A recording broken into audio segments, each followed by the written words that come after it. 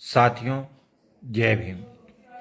यदि आप भारत को बर्बादी से रोकना चाहते हैं तो देश से पहले मोदी सरकार अर्थात भाजपा की सरकार को हटाना होगा। उसके साथ साथ संघ की जो चाल है गैर ब्राह्मणों के साथ, उन्हें समझना होगा। संघ कभी भी इस देश में आदिवासियों, दलितों, पिछड़ों, अल्पसंख्यकों की भलाई नहीं चाहता है। उसका सीधा उद्देश्य सब भ्रांत अर्थात सवर्ण समाज के लोगों द्वारा समाज के दबे कुचले तबके एससी, एसटी, ओबीसी और माइनॉरिटी के लोगों पर उनका आधिपत्य हो और वे संविधान के स्थान पर देश में मनवादी व्यवस्था को लागू कर सकें। साथियों, मोदी साहब का कथन है कि जब रुपए की कीमत डॉलर के मुकाबले गिरती है तो देश भी, उसका सम्मान भी उतना ही नीचे गिरता है।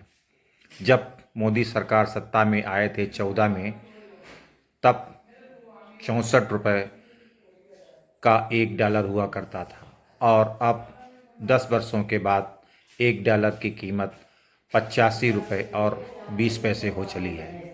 क्या अब देश की साख नहीं गिर रही है? गैस सिलेंडर, महंगाई, बेरोजगारी, महिला अपराध, दलित उत्पीड़न, हिंसा, जिस प्रकार से भाजपा की सरकार ने इस देश में फैला रखा है,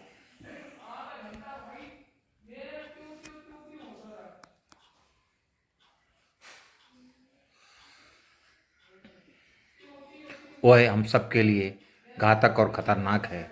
साथियों, मैं आप सबसे अपील करता हूं कि आप सोच समझकर देश के हित में फैसला लें। देश रहा तो हम सब के बच्चे भी सलामत रहेंगे।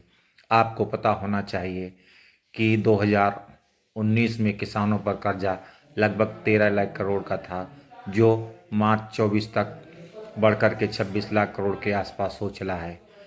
आपको यह भी पता होना चाहिए कि मोदी सरकार ने अपनी सरकार की जो व्यवस्थाएं हैं उन पर यदि 100 रुपये खर्च किए हैं, जैसे सेंट्रल विस्टा हो या उनका हेलीकॉप्टर हो, जो व्यवस्थाएं मोदी सरकार ले रहे हैं, उनके प्रचार और प्रसार पर जो खर्चा हो रहा है, जो वे गोदी मीडिया को दे रहे हैं, जो कारपोरेट को माफ़ कर रहे हैं, उनके मुकाबले इस देश में जो जनहित से जुड़ी योजनाएं हैं उन पर सिर्फ ₹1 और 25 पैसा खर्चा हुआ। यही मोदी सरकार की सबसे बड़ी चालाकी है, होशियारी है कि वो समाज को बातों में उलझाए रखते हैं।